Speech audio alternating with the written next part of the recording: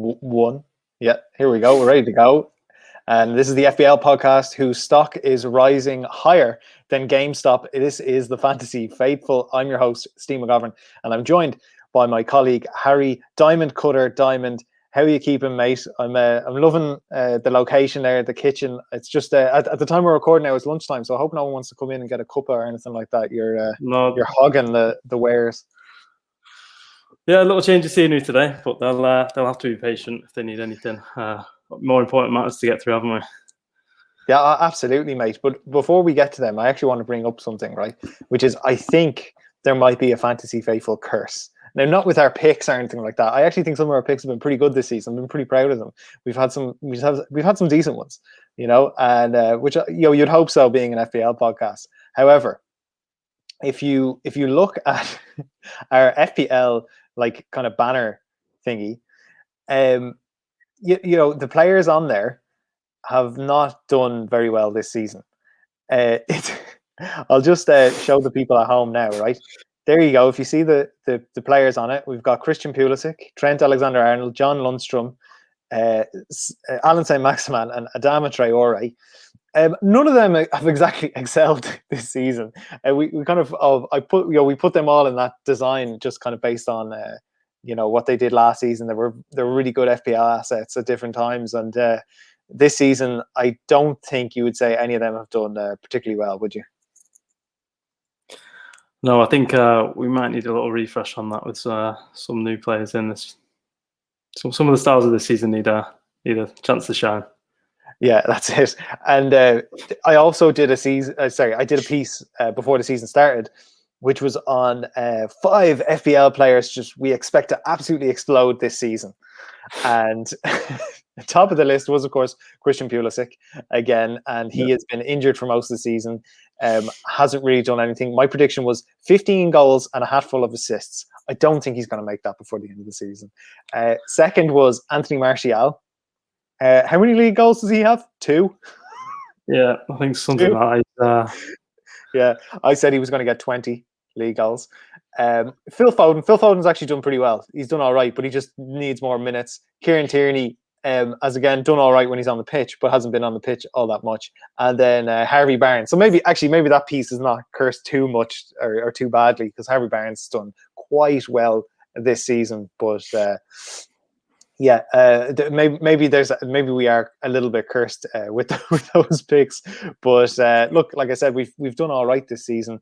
But if we want to get back right into Captain Hindsight, I suppose, and talk about our regrets from the last couple. Well, the last time we spoke was in the middle of the double game week, and I ended up with 137 points. Don't you know? I was very, very happy with that. You weren't so much, but then the week after, in game week 20, I actually benched Thomas Souček. After he blanked against Burnley and West Brom. The two teams, everyone was expecting him to nod a few home, and then he gets 2 in the next game where seemingly everyone benched him, which is just continuing this idea that essentially Souček will only get points when you have him on your bench.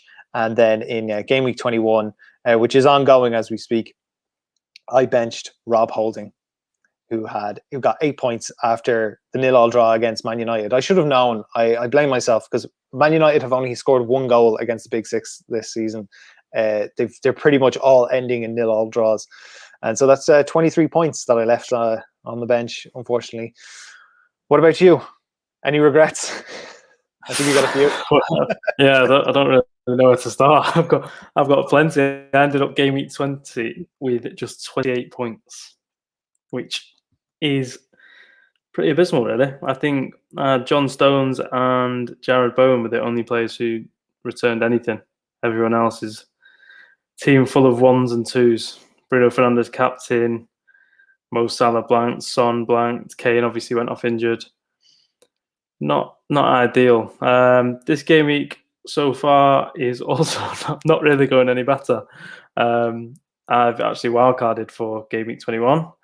I decided to go heavy on Man City and Everton defenders. Everton, of course, got beat at home by Newcastle, and the 2 Man City defenders I brought in were both unused substitutes. So there's definitely room for improvement from the last week or two. Yeah, I'm on a slippery slope down my mini leagues at the moment that I need to sort of address somehow. Yeah, well, I feel like I keep saying this every week to you, Harry, but it could be worse. It could always be worse. You could be Matt Target, who took himself out of his own FPL team before an 18-point haul in the double game week. He now has 28 points in the last 3 game weeks. So ever since he took himself out, he's been absolutely bought on. And then as well, apparently, Patrick Bamford captained himself last week, and he only got 1 point. So there you go. There's 2 professional footballers who probably know a thing or two more about this game than us, making some pretty bad FPL choices. But just on that, I mean, this week we want to do something a bit more, less topical, because the game weeks are all running into each other. It's very hard to give our picks and for it to stay relevant and fresh when there's games seemingly every 5 bloody minutes. But I just want to talk about that game week because, like you said, you got a couple of Everton players. I swapped the injured Harry Kane for Dominic Calvert-Lewin. A lot of people fell into the Everton trap. I mean, some people fell, they dived headfirst into the trap by captaining Luca Digne. I saw that on more than one team, and but like people captaining them, like it's insane. But I think now at this point, looking at Everton, we just have to accept that the Everton from earlier in the season was just a moment in time. They were really good. They were scoring plenty of goals, but they were just a moment in time. And now those of us who've jumped back on Everton, we just have to hope that we can get by. They play Leeds in the coming game week, and we're just hoping, like, God, hopefully there'll be goals in that. Hopefully Leeds will let a few in, and their attack actually hasn't been looking too swell lately, so there might be clean sheets there as well. Maybe it'll pay off eventually, Harry. Maybe it'll pay off eventually. But look, I hope so. Yeah, look, at the time of recording, it's the final day of January. The game weeks are coming thick and fast, as I said. And so with it being so difficult to get kind of timely advice out to our listeners ahead of each deadline, I just thought we might look ahead to the month of February, which is basically runs from the game weeks 22 to 26. Each of us are going to reveal our 5 kind of, I don't know if you call them essential, maybe you call them the most important ones, but definitely the players to kind of keep an eye on and look out for and target for your transfers for the rest of the month. So, Harry, before we go any further, what criteria have you employed to make this list? What factors are more important in your eyes? I've gone for a little bit of a mix of my list. I think I've looked at performances across the whole season, underlying numbers for stats, particularly. So some players I've gone for on what they've done over a longer period of time, and then for some of the others, I've looked ahead to the fixtures and hopefully what they can do. So yeah, I've gone for a little bit of a mix of form and fixtures, which I think is probably the best route to go. Yeah, I've taken a decent look at the underlying numbers, the ones that are kind of maybe don't, they're not necessarily resulting in goals and assists or clean sheets at the minute, but maybe they will.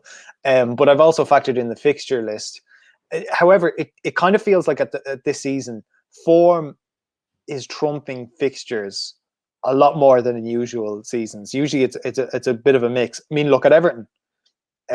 Newcastle seemed like the ideal fixture for them, and a lot of people jumped on Everton players. Particularly, I think if Harry Kane maybe wasn't injured, a lot of fewer people would be going for Dominic Calvert-Lewin. But anyway, there's neither here nor there.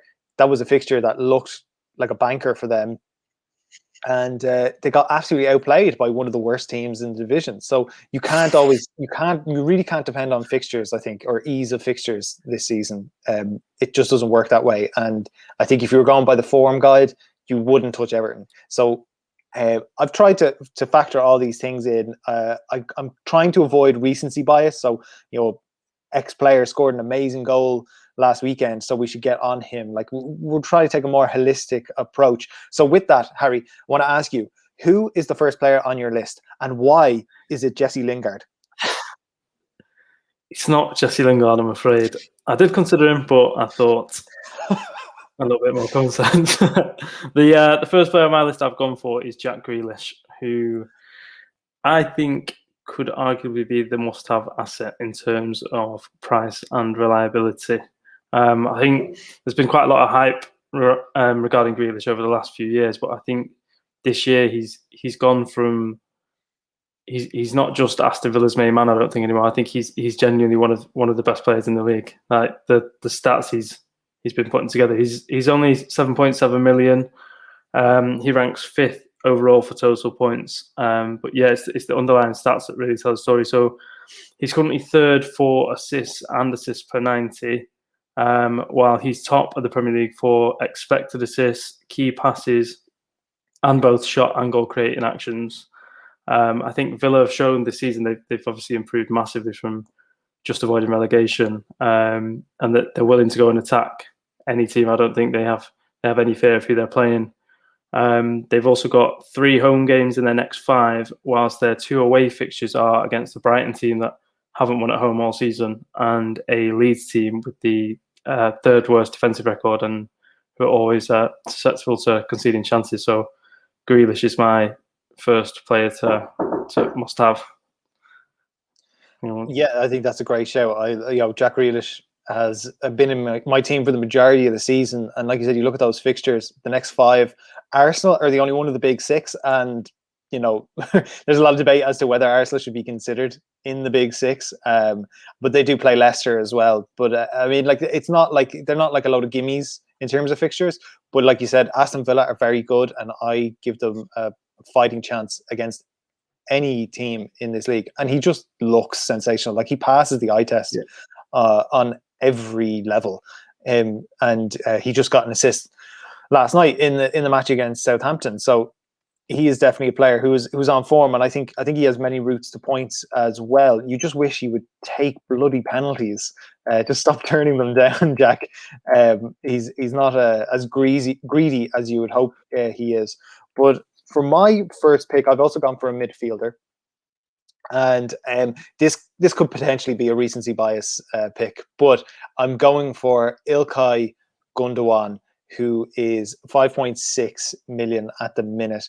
He has 71 points in his last 9 games, including 4 double-digit hauls. He also has 7 goals in his last 9 matches, which is as many as he had scored in the previous 61 games in all competitions. So something has definitely changed with Ilkay Gonda.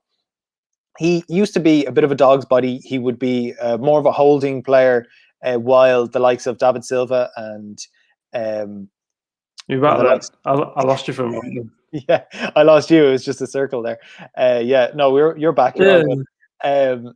He was a holding player. He was a bit of a dog's body, while Kevin De Bruyne and David Silva and Bernardo Silva and all these other creative free eights did their thing.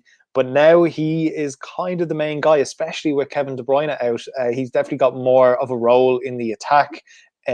He's got a great strike on him, so he as we saw in the game against West Brom, he could score from anywhere nearly. So he has so many qualities to him. He can play as an 8, as a 10, and he seems to have some of the kind of qualities of a 9 nearly at times. So I think he's an excellent choice at his price. His scoring rate has gone up. He's second only to Bruno Fernandez in that category, and he's taking significantly more touches in the penalty area per 90 as well, compared when you compare this season to last season. And just listening to how Pep talks about him as well just has me very excited about him. I already own him, so it's just, I know he blanked this week against Sheffield United, but they're a very frustrating kind of opponent for City. We've seen the last few games, City haven't been able to beat them by more than 2 goals. So this is what Pep said. Gundo, I love the fact that he calls him Gundo, by the way. Just amazing. His own manager calls him that. Gundo is a guy who has an incredible sense of goal. It is not just knowing the right time to arrive at the box, it is the right second. This is the most difficult thing. Not to arrive 1 meter before or 1 meter later, but exactly the right time. And Gundo has this sense. And it's not just that. With his finishing too, he has this way to control the ball, slow down, and take a second to compose himself and see what happens, and be clinical. Now, look, how can you resist that? Like Pep gushing over this guy, and just all those things. It just makes me feel like, yes, I want to captain him for the rest of the season. But I just think that now this is definitely the time to get on him. there is, of course, that worry that, like, well, he hasn't done this before. What's going on? But like I said, I think there is a change there. I think that he is one of those City players that you really need to consider, especially with De Bruyne out. And you can't go wrong at his price point. In my opinion, I think right now you need 3 City players. They're really hitting top form. Whoever those other ones are, we'll probably get into that more. But I think he's one that you definitely need to consider on top of having possibly 2 Man City defenders. So yeah, that's my first pick. Anyway, what do you think of that? And what's your next pick? Yeah, I think it's a good pick. I don't think there's many players that are as in form at the moment, are there? And on the similar line, I'm going to stick with Man City as well for my second pick. And my second pick is going to be Reuben Diaz. I feel a little bit hypocritical saying this, as I wildcarded this week and I went for John Stones and Concello. But I think the game with Sheffield United perhaps proved why Diaz is the best option. I think Stones obviously offers better values. He's cheaper, and Concello promises to return more in terms of attacking potential. But Diaz is arguably the first name on the team sheet for Guardiola. And we've all seen Pep's team selects have proven costly to many managers in FPL. But Diaz seems to be undisputed starter every week. And even though City's fixtures are going to get a little bit more difficult, they play Liverpool, Spurs, Arsenal, West Ham, United in the next 6. I think it's impossible to overlook the way City are playing. I think they've won the last 8 league games in a row now with 7 clean sheets. Yeah, I just think they're really motoring now, aren't they? They could open up a lead. I think Diaz is the one who's guaranteed to play. Yeah, they seem to be the only ones who want to win the league title at the minute, and everyone else is putting it together a run and then floundering at just the wrong moment. And Man City, just at the minute, they seem imperious. Over the last 6 games, Man City have conceded 3 shots per match. 3 shots. They're not letting anybody get near them. They've really locked down that back line, and it's incredible to see, really. They're just, and with John Stones as an integral member, like, who would have seen this? Who would have seen this coming? So yeah, I think for sure it's good to triple up on City. Based on the underlying numbers, you would say João Cancelo is like, must have, because he, especially with De Bruyne out, he seems to be stepping up as well in terms of that creative role of being that guy who makes things happen further up the pitch. And you could see how far up the pitch he gets as well when he plays. He's not just strictly a fullback. But of, say, the 3 defensive options that we would be looking at, Stones, Diaz, and Concello has the fewest minutes. And Diaz, as you pointed out, he seems undroppable. He has played every minute of the last 6 games, and he seems to be the one that is least likely to be rotated. Of course, when we're talking about Man City, always the health warning that comes with it of Pep Roulette. You just can't guarantee that your player is going to play, and that's the unfortunate thing. So you just got to spin that wheel and just hope it comes up trumps. That's why, to be honest with you, it's not insane to have 3 City defenders, because you are well covered. The problem obviously comes if 2 of them are gone, then that's a real disaster, as it would have been yesterday if you had Diaz, Stones, and Concello. But I think having at least 2 City defenders, that's what I've got. I was at least covered. I got my Diaz clean sheet at least, so that was something. But definitely, I think you just need to buy a ticket to the Pep Roulette. Simple as that. They're too good to miss out. And as well, there's potential for a lot of double game weeks coming up as well. But look, we've spent a lot of time on Man City now, and I want to get to mention your beloved Liverpool. Yeah. And I had a bit of a tough time with this. I actually didn't even know if I wanted to include Liverpool just because of the past month they've had. And as we are talking, like I said, it's the middle of, it's Sunday afternoon. We're talking before the Liverpool game because you wanted to be awkward and do it earlier in the day. But so we don't know what's happening in that game.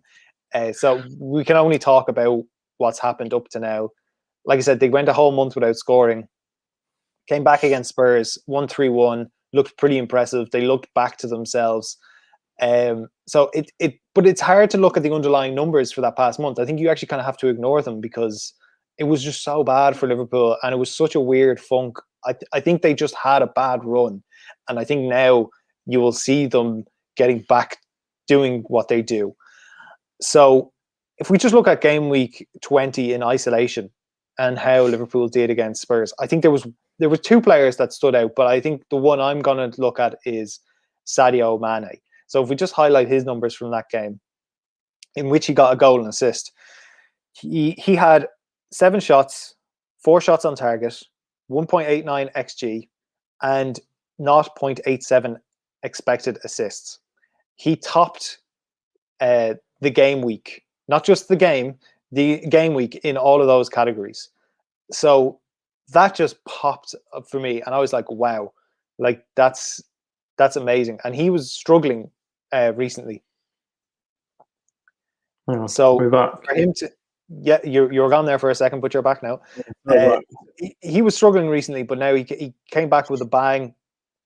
Obviously, the question is, will he keep it going? Will he keep playing? The thing that really caught my eye is the fact that Mo Salah seemed to be playing a little bit of a deeper role. So, I mean, Mo Salah is very good at both supplying and getting on the end of the ball, but it seemed like Klopp wanted him to play more of a kind of supply role, where he was dropping in, getting the ball and moving it forward rather than getting onto it in the box. Now, he was still doing that, but it seemed to me like Mane, it seemed to me like it was like, right, we want to get it from the right wing to the left wing, and we want Mane to get on the end of things. And if that continues, then I think Mane is an excellent option. Like, I just want to get your opinion on it as a Liverpool fan, what you think about that, and whether it's a smart idea to overlook Mo Salah for Sadio Mane. I think it's tough to overlook Salah, if I'm honest. I think last season and the seasons before, when there was a difference in the price tag, like a big difference, then leaning towards Mane would make sense at certain times. But I think if I was going Liverpool, I'd go Salah. I think he's not. I don't think he's scored in his last 6 games. He's still the top scorer in the league. He's ranks highly for shots, total shots. Mane does tend to be streaky, so you never know. You could get him on a nice run of form now. But if I was going for the safe bet, I would still go Salah, even with the most recent performance. But I'm still a little bit unsure about Liverpool. They did look back to their best against Spurs, and they've got some good fixtures coming on. I think they face Brighton, Sheffield United, and Fulham in the next 6, alongside games with Man City, Everton, and Leicester. So I think this is going to be a really defining time in Liverpool's season. And they really need to put a run together in this run of games. And to be honest with you, those are not easy teams to break down. Those teams have been quite stubborn. We've seen this season, so it's not as if they're going to be, easy fixtures. But Liverpool are Liverpool, I think, and they surely should get back to it, because they've been playing like a bottom half team lately, at least in terms of results and end product. So I think surely they have to get back to what they've been beforehand. Maybe not totally back up to like the 2019, 2020 levels that we saw, but I think there's too much talent on that team. There's no way they're gonna continue to struggle. But again, that's just a hunch. So we'll see. What about next up? Who have you got? One player I like to look up in terms of fixtures is Wilfried Zaha. I think he's definitely dipped and slowed down since he started the season really well, didn't he? He's dipped slightly. He's only got 2 goals in his past 9, but I don't think there's a side who've got a better run of fixtures on paper than Crystal Palace over the next few weeks. So that the next 5 games are Newcastle, Leeds, Burnley, Brighton, and Fulham. So I think Palace will be looking at this run of games as these are games we need to be winning if we want to make sure we stay firmly away from the bottom 3. I think Zaha's got 9 league goals already this season. His best ever season was 10 in 2018-19. So I think he will fancy his chances of of bettering that over the next few weeks. It's a little bit risky because I don't think he's in brilliant form, but off fixtures, I think Palace are a good team to look at, and Zaha's obviously the main man for them, isn't he? Yeah, and look, we have our first crossover because I also have Wilfred Zaha. And again, like you said, on form, maybe you would think, I don't know if you want to include him in terms of must-have players this month, but like you said, those fixtures are too good to ignore. Again, I'm doing that thing where I say one thing and I'm doing another. I'm looking at the fixtures, but I already have Wilfred Zaha. I brought him in as a replacement for Jota. Remember when he got injured, and it's just a last-second replacement, and it hasn't really worked out. Like I said, 2 goals in 9, but he recently scored against West Ham, and he hit the bar against Wolves. That really should have gone in the net, and Palace seem to be picking it up lately. So with those good fixtures and them looking a little bit better, because remember they looked really, really poor there for a while, particularly after the 7-0 defeat to Liverpool. I think they could pick it up a little bit, and it might be one to get on. Eberechi Eze is another one, but I don't think you can guarantee the end product quite as you can with Zaha. Now, the only thing is, when I was looking at this, Crystal Palace are second bottom for expected goals since game week 14, which is really bad and not a good indicator that they're going to go on a scoring streak. But I fancy them. I back Roy Hodgson. I will back Roy Hodgson to the grave. So I like that. I like that Wilf. I like that Wilf Zaha pick. But I think next up, I'm going to go for a striker. It's the only striker I've picked, and that's Mikhail Antonio. Now, Antonio missed a huge chunk of the season, but he came back with a bang in the double game week, scored 2 goals, 1 each against Burnley and West Brom. And then against Palace, he only got an assist, but he hit the woodwork twice. He definitely should have had more goals. There was another really good chance that he kind of only saw at the last second, and it deflected wide. And he was so annoyed about himself. And you could see how mad he was. He was so mad that he didn't get that goal. He really wanted to score. So he's definitely hungry for it. And West Ham are on a roll. It feels like he's on the verge of a haul.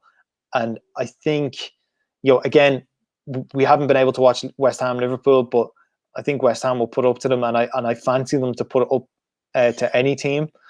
And I just like Antonio.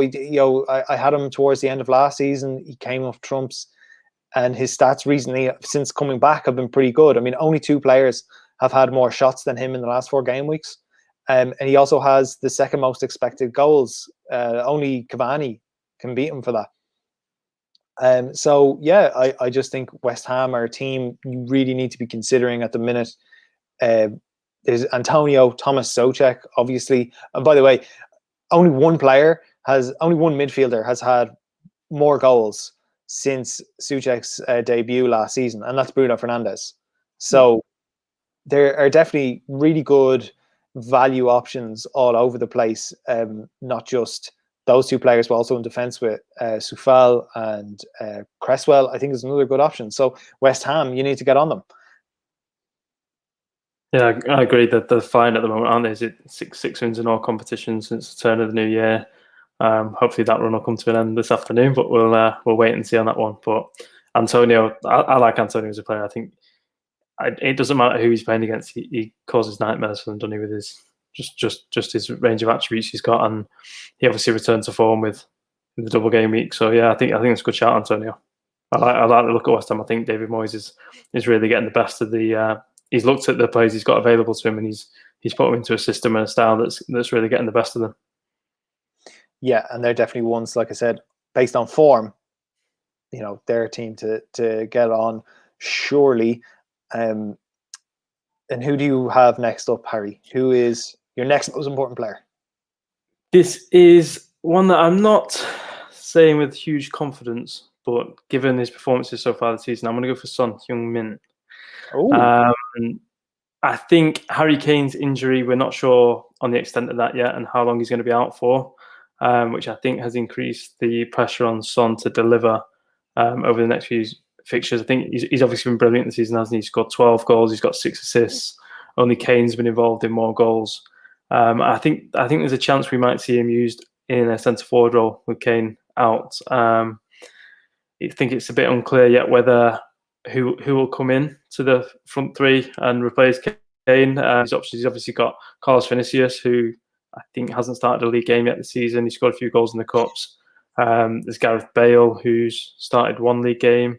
Lucas Moura's not really been in the team. So I think if it is Moura or Bale that Mourinho goes for to bring into his front three and replace Kane, then Son may be chosen to the middle. They've got home games against both West Brom and Burnley in February, which could return decent points. Although they do have a few tough games with Chelsea, Man City and West Ham. But I just think if Spurs are going to pick up results in Kane's absence, then Son is the man who's going to have to produce. Yeah, I've gone back and forth on this, whether Son is a good option, especially with so few premium level options. And our listeners will notice that we haven't really gone for very many premium players at all because they just haven't been performing, or they're injured, like Harry Kane and Kevin De Bruyne. So I've gone back and forth on Son on whether he is a good shout with Kane out. I'm not convinced yet, because I'm not convinced by Spurs without Harry Kane. Son definitely performed better, I think, without Harry Kane last season when he was out, and we saw Son really come alive.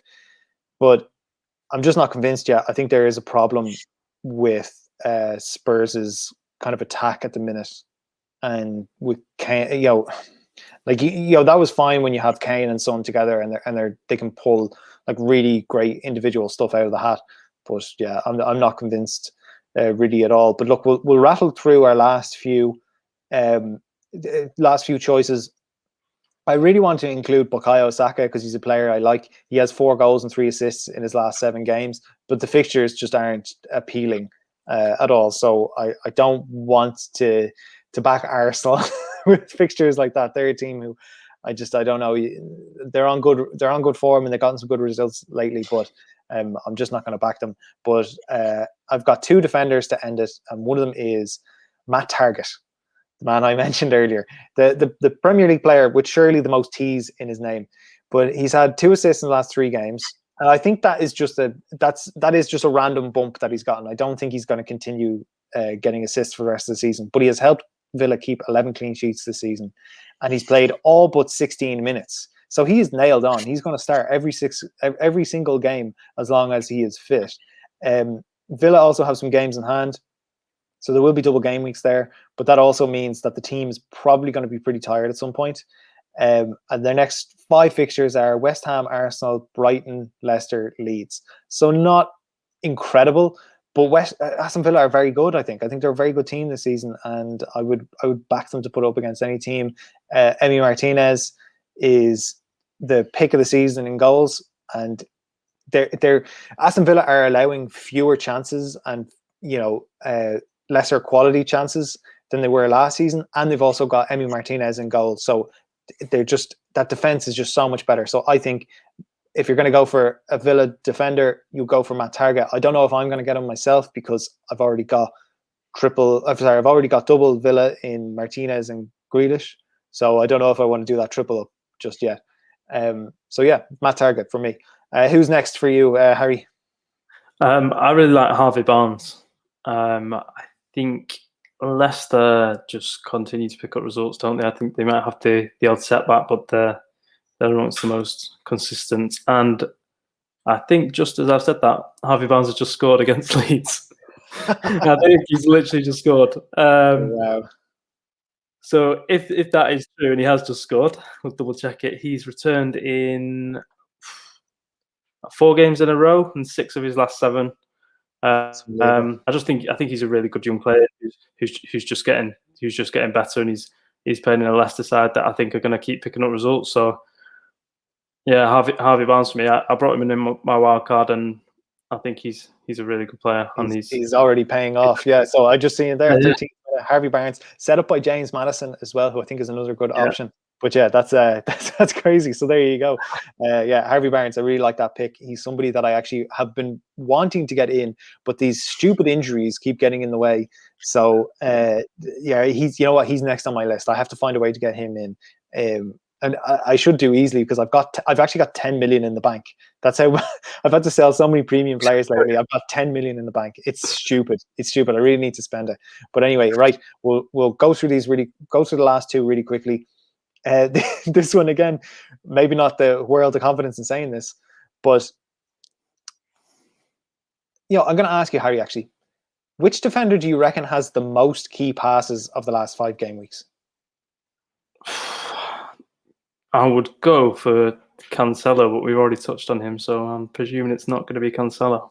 Who do you reckon has the most big chances created?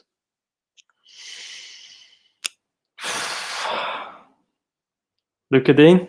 Oh, he's only been back a couple of games, hasn't he? Yeah. No. I think you might surprise me and say, I don't know. You don't surprise me. Well, would you be surprised if I said Luke Shaw? Really? Well, you see, he wouldn't have come to my mind straight away, but he has been playing really well, hasn't he? So when I think about it, yeah, it's a good shout. He's leading those figures. He looks like a new player this year, doesn't he? He looks like a different, like he looks reborn nearly. Like he looks in shape. Yeah. He's been very solid at the back, and he is getting forward there. Now he doesn't have any assists over the last 6 matches, but those numbers stood out to me. He also has 3 clean sheets, which only Stones, Diaz, Holding, and Zinchenko, funnily enough, Zinchenko, can say they've had more. I think he's a little bit of a dark horse. We mentioned him on the last pod. Then he immediately went and got rested for the very next game. But I think he has that spot more or less nailed. I mean, I think everyone was expecting Alex Telles to come in and take it, but he is really fought for it. And yeah, I think he's good. I mean, we've expressed doubts about Man United recently. We were saying that Bruno looks wrecked, and Bruno, like, so far, unless you're going to just bring it on me with your last pick, Bruno is not in this list. He certainly let people down against Sheffield United, and against the Big Six this season, he has 0 assists and just 1 penalty goal. So he is not fixture proof. But I still think there's value in United, and I think Luke Shaw at 4.8, I think you could do way worse than getting him. So yeah, that's my pick. Who's your last pick?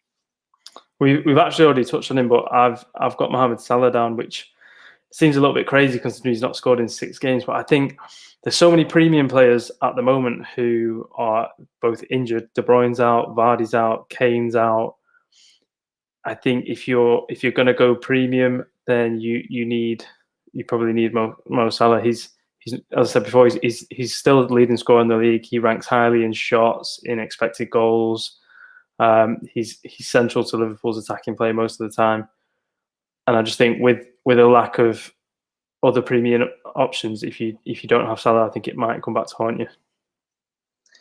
Yeah, I feel like you might be right, but I've enjoyed this last like month or so where having Salah or not having Salah has not impacted your team. So it's been nice. It's been nice not having him take up that huge amount of budget space, and then for him not to do anything. It's because he's the player I think everyone fears the most not having, and you feel really stupid when he ends up hauling and you don't have him, as I did the first game week when he got a hat-trick and I had Sadio Mane. So yeah, but yeah, Mo Salah, yeah, I mean, great way to end your picks there. We'll have that up on the site. We'll have all the players kind of listed, and we'll put in all the stats and stuff. So if people want to look back for themselves and read it, you'll be able to find the link in the show notes. I'm sure whenever I eventually get around to writing it. Anyway, yeah, I think that, Harry, that's the end of this episode. So everyone listening, make sure you're subscribed on your favorite podcasting platform so that you get every edition of this podcast, as well as the 90s Football Hall of Fame. Make sure to give us a kind review on Apple Podcasts. It would really, really help us. And check out thefootballfaithful.com for more Premier League content. Thank you so much for joining me today, Harry. Pleasure as always. The pleasure is mine. And thank you all for listening, and good luck in Fantasy Premier League this month.